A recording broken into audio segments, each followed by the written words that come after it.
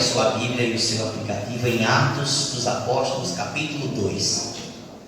São os textos mais conhecidos. E o que nós vamos fazer? O capítulo inteiro será o tema da nossa conversa nessa noite. No entanto, nós não vamos ler o capítulo inteiro para depois a gente voltar e reler de novo partes do capítulo.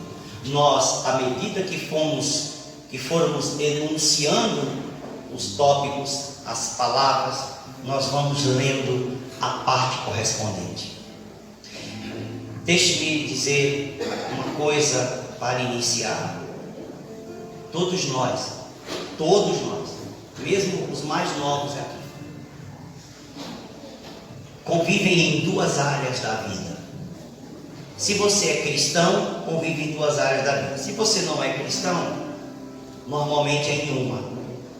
Mas se você é cristão ou cristã, participa de uma igreja cristã, basicamente você vive em duas frentes, em duas áreas da sua vida. A vida pessoal compreende a família na qual você está, os teus anseios, os teus sonhos, a tua carreira, os teus estudos, os teus projetos de vida, o teu trabalho, tudo que tem a ver com você enquanto pessoa, tuas conexões, tua network, tua rede social, faz parte de você. Esta é a área que tem a ver com a sua vida. É ali que você se relaciona, os teus projetos de vida são feitos nesse ambiente, você namora nesse ambiente, noiva nesse ambiente, casa nesse ambiente, tem filhos, é tua vida pessoal. Você projeta a tua carreira, projeta os teus estudos, as faculdades que você fará, ou os cursos que você fará. Você escolhe a tua vida. Essa é a vida pessoal. Se você é um cristão, se você é uma cristã, você tem uma outra área da vida. A outra área da vida é a espiritual. É aquela que tem a ver com Deus. Esta parte espiritual, esta parte que tem a ver com Deus, obrigatoriamente tem a ver com a igreja que você faz parte. Não tem jeito. Não tem como ser de Deus e não ser de uma igreja. Olhe para a pessoa que está do seu lado, mesmo que você não goste disso, e fale: não tem como você ser de Deus. Fala aí. Olha para essa pessoa linda e maravilhosa e diz: vamos quebrar mesmo esse negócio, que eu gosto que a pessoa olhe mesmo e fale. Mesmo tem gente que não gosta. Tem gente na rede social que fica dizendo: eu não gosto que esse pastor fica dizendo, olha para o lado, mas eu falo. Olha para a pessoa que está ao seu lado ou atrás de você e diga: não tem como você ser de Deus. Vocês estão aqui? Diga para ele, olhando direitinho: e não ser de uma igreja. Não tem saída aqui. Não, mas eu sou daqui, sou daquela também, eu gosto daquela outra também. Está fracassado do mesmo jeito. Já não é de Deus também. Você tem que ser de uma, fixo. Eu sou membro, eu sou participante ativo. Eu não sou visitante, frequentador, esporádico. Aí quando eu não posso vir, que eu tenho muitas atividades na minha vida, festa, sociabilidade, redes sociais, aí eu não posso vir shopping, cinema, aí eu não posso festinhas, aí eu não posso vir, eu assisto um monte de pregações de várias igrejas diferentes, dos mais famosos. Está fracassado, fracassada do mesmo jeito. Esse não é o caminho de gente que serve a Deus. Esse não é o caminho de gente que ama a Deus, de gente que é de Deus. Quem é de Deus não vive assim. Foi forte, né? Vai ficar gravado. Quem é de Deus não vive assim. Quem pertence a Deus forçosamente participa de uma igreja local. Diga: eu sou daqui, é minha igreja, são meus pastores, eu luto por ela e a defendo. É minha igreja. Coisa mais fantástica que alguém pode fazer. O reino de Deus, nas coisas de Deus, forçosamente, obrigatoriamente, tem a ver com a igreja que você faz parte. Se você faz parte de uma igreja, obrigatoriamente, você fará parte de um ministério. Fará algo que Deus vocacionou você para fazer. Mais cedo ou mais tarde, você descobrirá qual é a tua função no reino de Deus. Porque Deus não chama inúteis.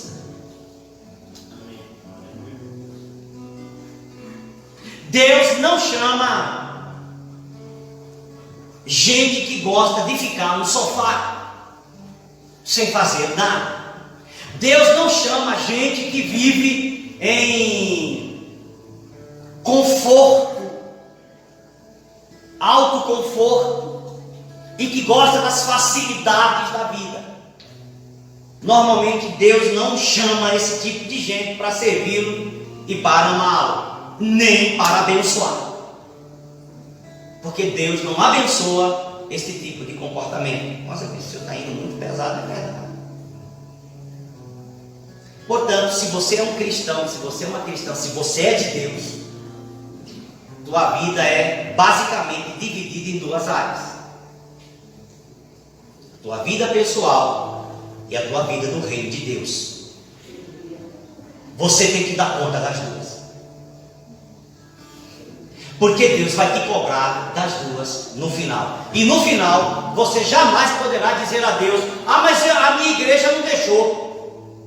Ah, mas eu fiquei zangado com o irmão lá que não permitiu que eu atuasse. Ah, porque eu não me desentendi com o líder de tal ministério e eu resolvi entregar o cargo, a função, não quero mais fazer. Deus vai te cobrar. Quem enterra talento recebe condenação. Jesus já nos ensinou isso, eu já preguei isso aqui várias vezes. Quem enterra talento recebe condenação. Deus não quer o talento de volta. Deus não quer que você entregue a função. Deus não quer que você deposite as armas.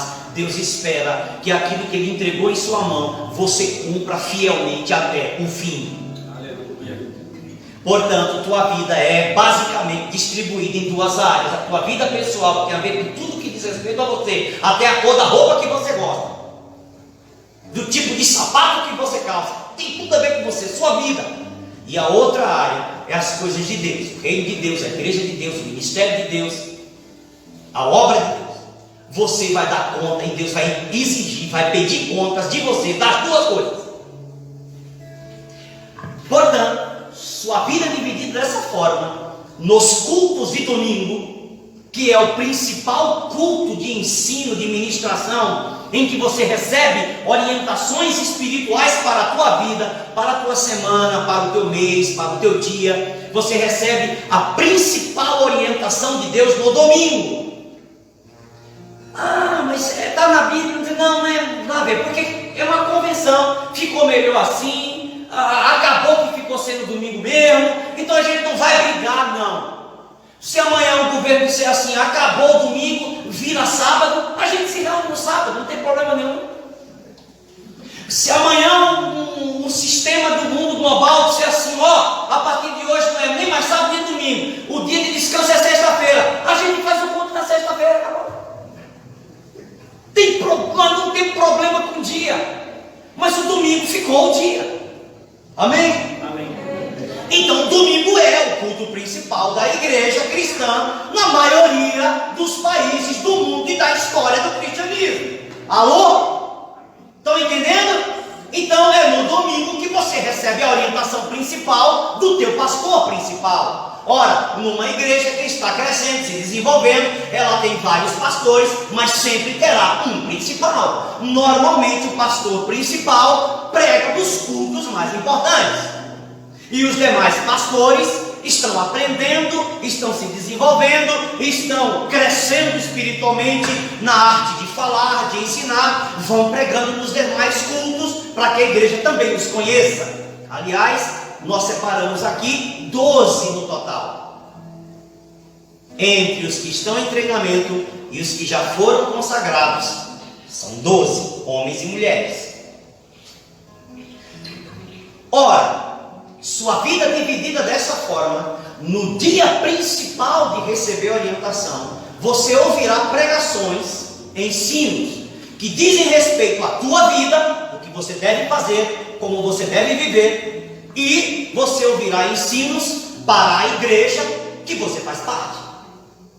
Porque às vezes Deus quererá falar com você pessoalmente, te dizer alguma coisa, explicar o que você tem que fazer, e às vezes Deus vai querer falar para a igreja como um todo que você faz parte. Em um momento você poderá receber uma mensagem muito particular para você, e em um outro momento você poderá receber uma mensagem em que você, junto com todos os que ouviram, terão que cumprir juntos. Amém? Amém. Esta é uma mensagem para a igreja.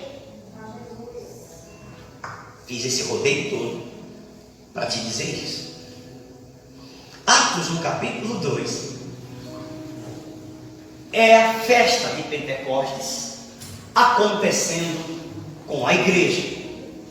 Até este dia, 2000 anos atrás, menos de 2000 anos atrás, claro, a gente diz assim, em linhas gerais, 2000 anos atrás, menos de 2000 anos atrás, neste período, a festa de Pentecostes ocorria apenas em Israel, como lembrança da provisão e das colheitas de Deus, dos padrões de bênção de Deus na vida do povo, as primeiras colheitas, principalmente o azeite que fazia o óleo da unção e outras frutas especiais que eram usadas nos rituais do culto. Então eles celebravam o Pentecostes após a Páscoa, porque a Páscoa lembrava a saída do povo de Deus no deserto. Embora fosse um momento de libertação, a Páscoa também lembrava um momento de aprisionamento por 430 anos. Então havia um momento de alegria, mas também um momento de tristeza. Mesmo após libertos da Páscoa, a maioria das pessoas que saíram do Egito não entraram na terra prometida por causa da sua desobediência. Morreram todos no deserto no período de 40 anos.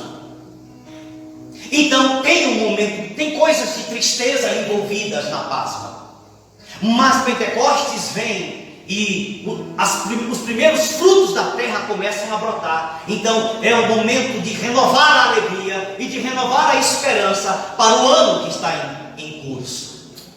Então até aquele momento, até este dia de Atos capítulo 2, era o povo de Israel que celebrava com basicamente esses objetivos a festa. Jesus, antes de morrer, promete que nessa festa uma coisa nova ocorreria. Jesus ia marcar um momento histórico em Pentecostes. Jesus ia marcar um novo curso da história em Pentecostes. Jesus ia inaugurar outros momentos em Pentecostes com a igreja e não mais com o povo de Israel, enquanto povo de Israel e enquanto templo e enquanto sacerdócio antigo. As coisas iam mudar. E aí em Atos, no capítulo 2, o tema dessa noite, mas eu já vou correr porque eu não quero me demorar tanto. O tema dessa noite é exatamente isso: Pentecostes marca tempos e inaugura novos momentos. Pentecostes marca tempos e inaugura novos momentos. Basicamente, o que Pentecostes faz? 5 coisas. Tenho que correr. Primeiro, inaugura uma nova comunicação. Do capítulo 2, do versículo 1 ao versículo 12, o que vemos ali? Todos estavam reunidos no mesmo lugar e ao todos eram 120 pessoas. Eles tiveram que escolher entre aquele que iria substituir Judas, que havia morrido, se suicidado, e entre as sortes caiu entre um tal de José e o Matias, caiu Matias. Todos reunidos no mesmo lugar, vem um barulho. Hoje à tarde, você que estava dentro de sua casa, você deve ter ouvido vários barulhos de vento. Pelo menos na minha eu ouvi várias vezes o barulho do vento assobiando. né? É basicamente aquilo. Estavam reunidos, só que o vento que eles ouviram não estava do lado de fora, o vento entrou no recinto onde aqueles 120 pessoas estavam reunidas, basicamente o tamanho desse ambiente aqui, desse pequeno espaço onde vocês estão, né? Então, ali o vento entra, um vento impetuoso, é barulhento, porque vento, quando venta, a ventania faz barulho. Vento, quando venta, a ventania faz barulho.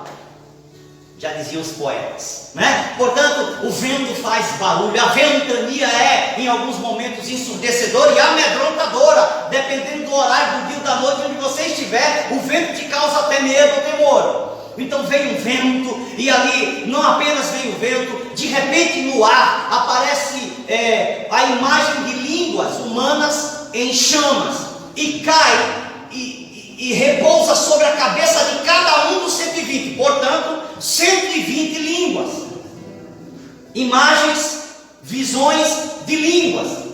Todos viram espiritualmente aquele momento, diante deles caíram em suas cabeças. É tipo um download espiritual. Deus baixou, o Espírito Santo baixou o arquivo naquele momento. O upload foi impressionante. Veio diretamente, entrou. Foi tão incrível. O primeiro download da história. O primeiro download da história está ali em Atos 2.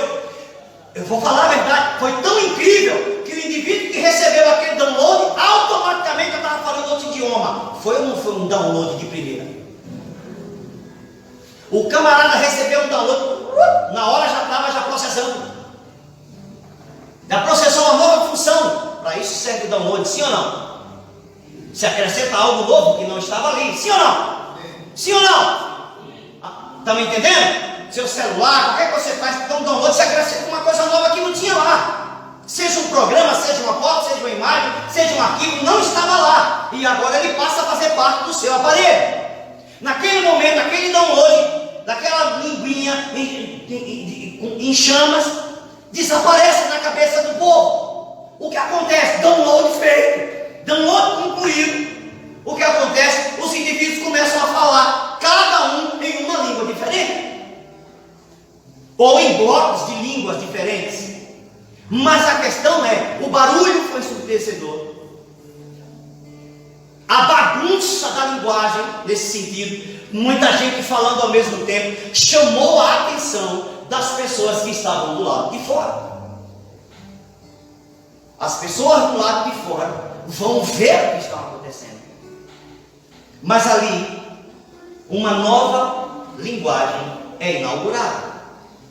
Porque aqueles homens, do versículo 1 ao versículo 12, vai chegar no versículo 12, ou Pedro vai ter que responder que eles não estão bêbados, mas vai chegar até o versículo 12, e eles vão dizer assim: olha, nós, partos, né?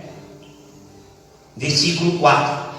Todos ficaram cheios do Espírito Santo e começaram a falar em outras línguas, segundo o Espírito lhes concedia que falassem. Estavam morando em Jerusalém judeus, homens piedosos, vindos de todas as nações debaixo do céu. Assim, quando se fez ouvir aquela voz, afluiu a multidão, versículo 6, que foi tomada de perplexidade, porque cada um os ouvia falar na sua própria língua. Estavam atônitos e se admiravam, dizendo: vejam, não são galileus todos esses que aí estão falando? Então, como os ouvimos falar, cada um em nossa própria língua materna, no vernáculo materno, na nossa língua materna? Somos partos, medos, elamitas, os naturais da Mesopotâmia, Judéia, Capadócia, Ponto, Ásia, Frígia, Panfilha, Egito, das regiões da Líbia, nas imediações de Cirene, romanos que aqui residem. Olha que interessante. Versículo 11, tanto judeus como prosélitos eram convertidos ao judaísmo, né? Cretenses da ilha de Creta, árabes. Como os ouvimos falar sobre as grandezas de Deus em nossas próprias línguas? Todos atônitos, perplexos, perguntavam uns aos outros: o que será que isso quer dizer? Hoje, nesta aula que eu dei hoje, eu disse que capítulo 2 de Pentecostes, porque todo o meu tema é Pentecostes nesse mês, O que acontece aqui em Atos, no capítulo 2, é a reversão do que aconteceu em Gênesis 11. Gênesis 11 é a famosa Torre de Babel. Na Torre de Babel, Deus confundiu a linguagem dos seres humanos para que eles não se compreendessem entre si e não continuassem a desobedecer a Deus, construindo a torre. A partir daquele ato espiritual e soberano de Deus, as línguas dos seres humanos foram confundidas e eles não mais compreendiam-se uns aos outros. Atos dos Apóstolos, o que acontece em Pentecostes, por isso que eu disse que normalmente Pentecostes marca uma nova linguagem, marca uma nova comunicação. Deus reverte o que aconteceu na Torre de Babel. Agora, os homens em suas próprias línguas podem ouvir o povo de Deus, naquele momento, falar das coisas de Deus em seus próprios idiomas, o que em Babel não podia. Pentecostes reverte a maldição de Babel. Aleluia. Isso é extremamente importante, porque aqui está o nascedor dos trabalhos de tradução da Bíblia para cada idioma do mundo. É por causa deste conhecimento de que todas as pessoas devem ouvir em seu próprio idioma, lerem em seu próprio idioma as coisas de Deus, é que, irmãos, com muito custo, com muito trabalho e às vezes não muito ajudados por ninguém, nós tivemos aqui alguns anos atrás o pastor David, dos Estados Unidos. Ele fala bem português. Ele esteve aqui conosco falando da dificuldade que é para traduzir a Bíblia em determinadas linguagens para alguns índios aqui no Brasil, que algumas das nações indígenas não têm sequer um texto, eles não têm nem João 3,16 em seu idioma traduzido, porque leva em média 5 anos para fazer a tradução de uma porção da Bíblia para qualquer língua que não tem uma porção da Bíblia oficial. Custo, tempo, dinheiro, e normalmente as igrejas mais ricas não investem nesse tipo de trabalho. Investem em seus reinos pessoais, mas nunca para investir para que a palavra de Deus chegue no idioma de cada pessoa. Dizem, segundo algumas pesquisas, que só no continente africano existem ainda mais de 4.000 línguas e dialetos que não têm uma porção da Bíblia em seu idioma. Como vamos evangelizar o mundo se o mundo não entende o que falamos? Como vamos fazer Jesus conhecido no mundo que não conhece, que não tem em seu idioma a mensagem de Jesus? Estão entendendo? Mas há 2000 anos Deus já tinha dito que é necessário que a igreja marque isso. A igreja precisa fazer isso. Faz parte da igreja comunicar a mensagem de Deus a todas as pessoas em todos os idiomas naturais. É função da igreja. Portanto, Pentecostes marca uma nova comunicação. Deus mudou a forma de se comunicar com os homens. Segundo lugar, Pentecostes marca tempos proféticos. Do versículo 12, do versículo 14 ao versículo 21, o apóstolo, eu estou em 2 Coríntios, tem que voltar para Atos, né? O apóstolo Pedro, ele vai citar Davi. Ele cita sempre Davi em suas mensagens. E então, João 12, Atos 2. Ele vai citar as questões, a pregação de Pedro, fundamentalmente fala do profeta Joel, do derramamento do Espírito Santo, e fundamentalmente fala de Davi, que Davi era profeta e tinha prometido determinadas coisas acerca de Jesus Cristo. A mensagem da igreja é uma mensagem profética. Pentecostes fala de tempos proféticos, tempos do Espírito. Se Deus inaugurou uma nova linguagem, o Espírito de Deus tem uma linguagem particular. E Pedro vai dizer em Atos capítulo 2, eu só tiquei para você ler em sua casa, tá bom? Atos capítulo 2, do versículo 14 ao versículo 21, você vai perceber ali que Pedro vai dizer textualmente que o Espírito Santo vai dar sonhos, visões e profecias, tanto aos jovens como aos mais velhos, tanto ao trabalhador como ao patrão, aos servos, né? Aos meus filhos, aos meus servos. Servos são os escravos da época, são os trabalhadores braçais da época. Tanto meus servos como minhas servas, tanto os escravos como qualquer pessoa em qualquer classe social receberá desse derramar do Espírito Santo. E o Espírito Santo tem uma linguagem própria, visões, sonhos e profecias. Por isso a igreja em Pentecostes jamais pode se separar do que a gente chama de tempos proféticos, porque Deus fala conosco de diversas maneiras, inclusive por meio de sonhos, visões e de profecias. Nem tudo vem de Deus, claro, compete a cada um de nós julgar as profecias, não julgar quem dá as profecias, mas passá-las por uma peneira, e a peneira é a da palavra, e aí a gente vai saber se aquela pessoa falou bobagem, besteira, imaturidade ou falou algo de Deus. Portanto, de nossa parte nós temos que conhecer mais para poder filtrar os sonhos, as visões e as revelações. Mas o Espírito Santo se comunica assim. Terceiro, Pentecostes marca a centralidade de Cristo, de Jesus na história. Versículo 22 ao versículo 36, o que Pedro vai dizer em sua pregação, do versículo 22 ao versículo 36, é Cristo, Cristo, Cristo. Deus o honrou, Deus o escolheu, Deus o levantou. Davi profetizou que o próprio Davi, o túmulo de Davi está em nosso meio, mas Deus não permitiu que Jesus Cristo ficasse morto muito tempo, ressuscitou ao terceiro dia, do qual todos nós somos testemunhas, e na pregação de Pedro há um momento específico, que são esses versículos que eu separei para você aqui, leia em sua casa, porque eu tenho que correr por causa do tempo. Você vai perceber que Pedro está dizendo: Jesus é o centro, Jesus é o centro. Jesus é o centro da nossa vida, Jesus é o centro da nossa mensagem, Jesus é o centro da igreja, Jesus deve ser o centro das nossas músicas. Aleluia! Jesus deve ser o centro da nossa dança, o centro da nossa administração, o centro do nosso tempo, o centro da nossa mente, o centro das nossas atitudes. Fale para quem está do seu lado, atrás de você: Jesus é o centro. Amém? Quarto lugar, Pentecostes inaugura um tempo de colheita por evangelização.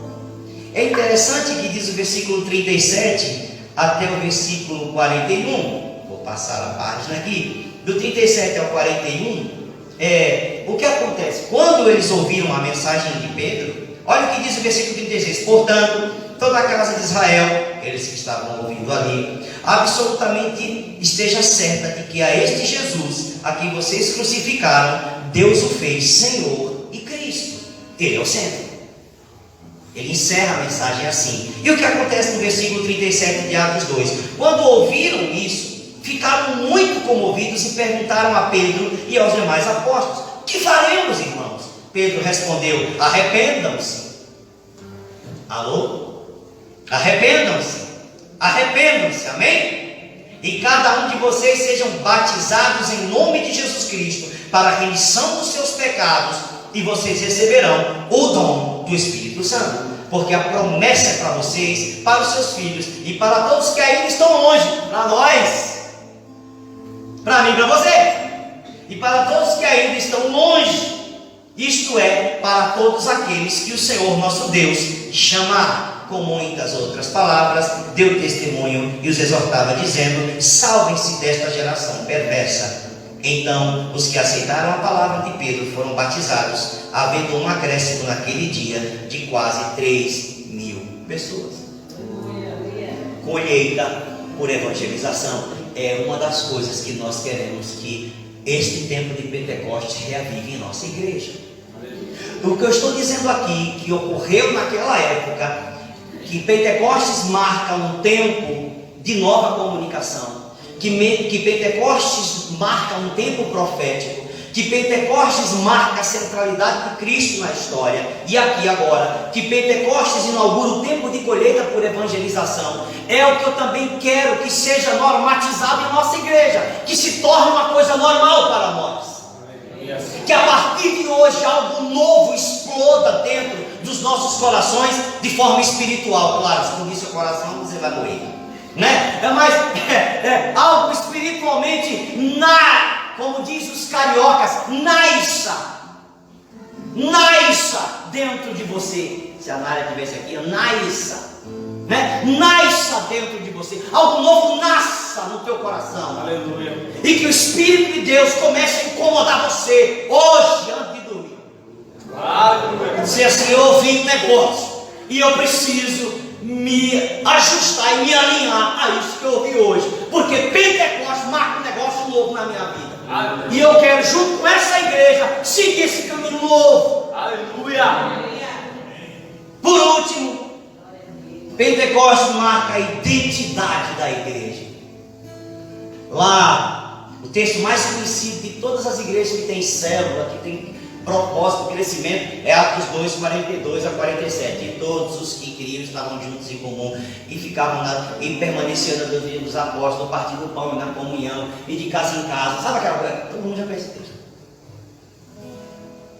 E é lindo, porque é isso mesmo. Perseveravam na doutrina dos apóstolos, na comunhão, no partir do pão, nas orações. Em cada alma havia temor. Muitos prodígios e sinais eram feitos por meio dos apóstolos. Todos que criam estavam juntos e tinham tudo em comum. Vendiam até as suas propriedades e bens, distribuindo o produto entre todos à medida que alguém tinha necessidade. Diariamente perseveravam unânimes no templo, partindo o pão de casa em casa, e tomavam as suas refeições com alegria e singeleza de coração, louvando a Deus e cantando e contando com a simpatia de todo o povo. Enquanto isso, o Senhor lhes acrescentava dia após dia os que iriam sendo salvos. Aleluia. Isso é identidade. Aqui tem louvor, aqui tem adoração, aqui tem oração, aqui tem prodígio, tem milagre, tem sinal, tem libertação, tem cura. É uma identidade, é uma unção ministerial que Deus marcou, Deus liberou sobre essa igreja. E eu também quero que a nossa unção ministerial, que aquilo que Deus marcou como igreja, enquanto comunidade, se torne uma realidade na sua vida, no seu dia a dia. Aleluia. Adoração, ensino, adoração, a palavra de Deus como o centro mais importante, filtro da sua vida. A palavra de Deus que rege o teu dia a dia, as tuas decisões, a tua fala, o teu conhecimento.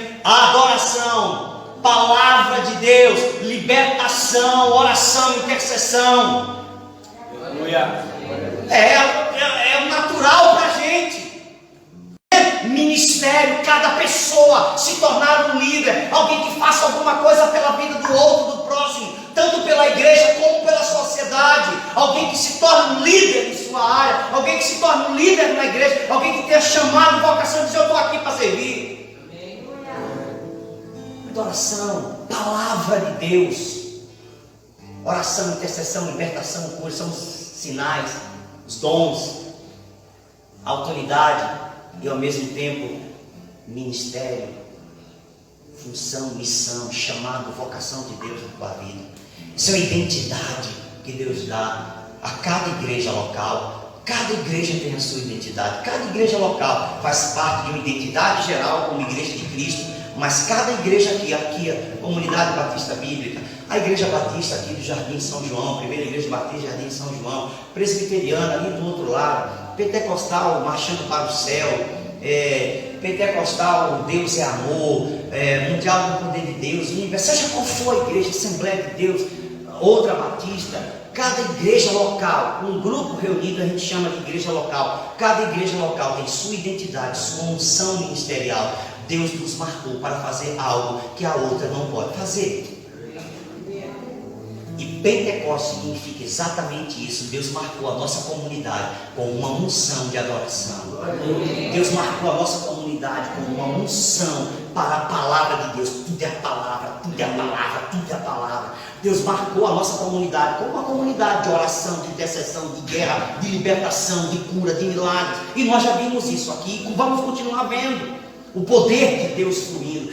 Deus ungiu, consagrou a nossa igreja como uma igreja de ministério. Toda pessoa que chega na nossa igreja, a gente diz: você vai ser um líder, um diácono, é isso aqui, blá, blá, blá. A gente sempre, eu pelo menos sempre fiz isso. Qualquer um que chegava, mesmo que precisasse de libertação, já apontava: vai fazer alguma coisa para Deus, tem chamado, tem ministério, tem vocação, Deus vai te usar. Chamado, vocação, ministério. Você não pode aceitar ficar só apenas sentado no banco. Você senta no banco no culto domingo para ouvir a orientação do bispo para a tua vida. para ouvir a orientação de Deus para a tua vida, mas no dia a dia você se torna um líder, um ministro, uma ministra para abençoar a vida de quem precisa. Amém? Deus nos marcou com essa identidade, Deus nos marcou com essa unção. Essa é a nossa identidade, a nossa unção ministerial. Pentecostes fala exatamente disso. A igreja tem uma identidade e nós não abrimos mão da nossa identidade. Durante muito tempo a gente ficou assim meio, não, vamos assim, não, vamos dar um tempo aqui, não, vamos fazer isso agora não, vamos esperar mais um pouco. Chega. Foram 20 anos esperando e nada. Amém? Então agora, Deus estava esperando esse ano. De pandemia, Deus estava esperando esse ano. Esse ano foi fantástico, gente, para Deus marcar muita coisa na vida de crente. Esse ano também as igrejas descobriram quem era crente e quem não era. Sim ou não? As igrejas todas descobriram quem era amigo e quem não era. Foi na pandemia. As igrejas todas descobriram quem era contribuinte e quem não era. As igrejas todas descobriram quem servia a Deus e quem não servia nessa pandemia. Sim ou não? Sim. Porque veio a conta não fechou, não bateu. Porque a maioria saiu pela culatra, desviou pela esquerda. E aí os pastores descobriram que aquela multidão não existia, que aquilo não era real. Graças a Deus pela vida da comunidade Batista Bíblica, que pelo menos aqui é uma família. E aqueles que não vêm ainda porque ainda precisam ser vacinados, têm algum receio, até natural, a gente compreende pela idade e por outras circunstâncias, comorbidades que já existem, alguma doença, um diabetes, aquilo, alguma coisa, né? A gente compreende. Aqueles que não estão vindo são contribuintes assíduos, mandam as suas ofertas, seus dízimos pelas vias e chega à tesouraria da igreja, porque são fiéis, estão nas lives, presentes em tudo, enviam seus recursos, enviam suas ofertas, fazem o que precisa ser feito. E eu quero que continue assim até Jesus Cristo voltar. Amém? Pentecostes marca e inaugura o início de uma coisa nova. Esta mensagem não é para a tua vida em particular. Essa mensagem é para a tua vida na igreja, como parte da igreja. E como parte da igreja, Deus iniciou hoje coisas novas. Amém. Vamos ficar em pé.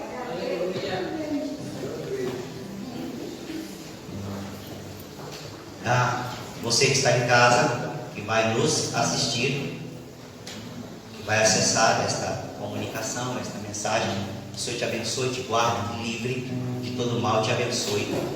Faça parte. Se você é parte, muito obrigado, porque você é fiel. Continue fazendo. E se você não faz parte, venha fazer. O Senhor te abençoe. Até o próximo culto.